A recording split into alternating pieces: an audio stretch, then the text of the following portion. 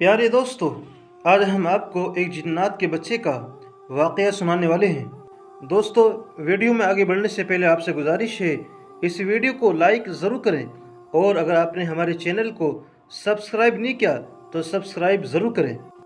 दोस्तों, एक मरतबा क़ारी साहब बच्चों को पढ़ा रहे थे। बच्चे अपना अपना सबक याद कर रहे थे। इसी दौरान क़ारी साहब को एक संजीदा सी आवाज़ सुनाई दी और आवाज़ सुनकर क़ारी साहब हैरान हो गए, क्योंकि क़ारी साहब जिन बच्चों को पढ़ाते थे उनकी आवाज़ को वो अच्छी तरह पहचानते थे, लेकिन ये आवाज़ बिल्कुल अलग थी और वो आवाज़ ये थी, मियाँ जी अस्सलाम वालेकुम।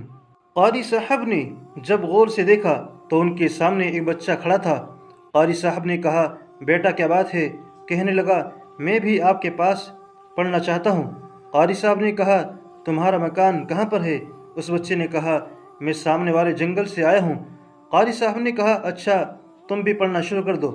उस बच्चे ने सिर्फ एक हफ्ते के अंदर कायदा मुकम्मल कर लिया और 3 महीने के अंदर पूरा कुरान मजीद हिफ्ज़ कर लिया। क़ारी साहब हैरान थे, ये बच्चा इंसान का है या किसी और का है। एक मरतबा क़ारी साहब के पेट में दर्द हुआ। क़ारी साहब ने कहा कि ज़रा बेटा बाहर दुकान पर से हींग की गोली लेकर आओ। वो बच्चा जैसे ही बाहर गया, बारिश होनी शुरू हो गई और आंधी से चिराग भी बुझ गया। क़ारी साहब परेशान हो गए कि मैंने बच्चे को बारिश में भेज दिया, वो बच्चा खामखा परेशान होगा। चंद ही मिनटों के अंदर वो बच्चा वापस आ गया।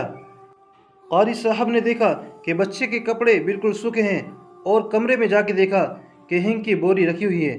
क़ारी साहब ने उस बच्चे को जब गौर से देखा और उससे पूछा, क्या तुम्हारा ताल्लुक़ जिन्नात से है?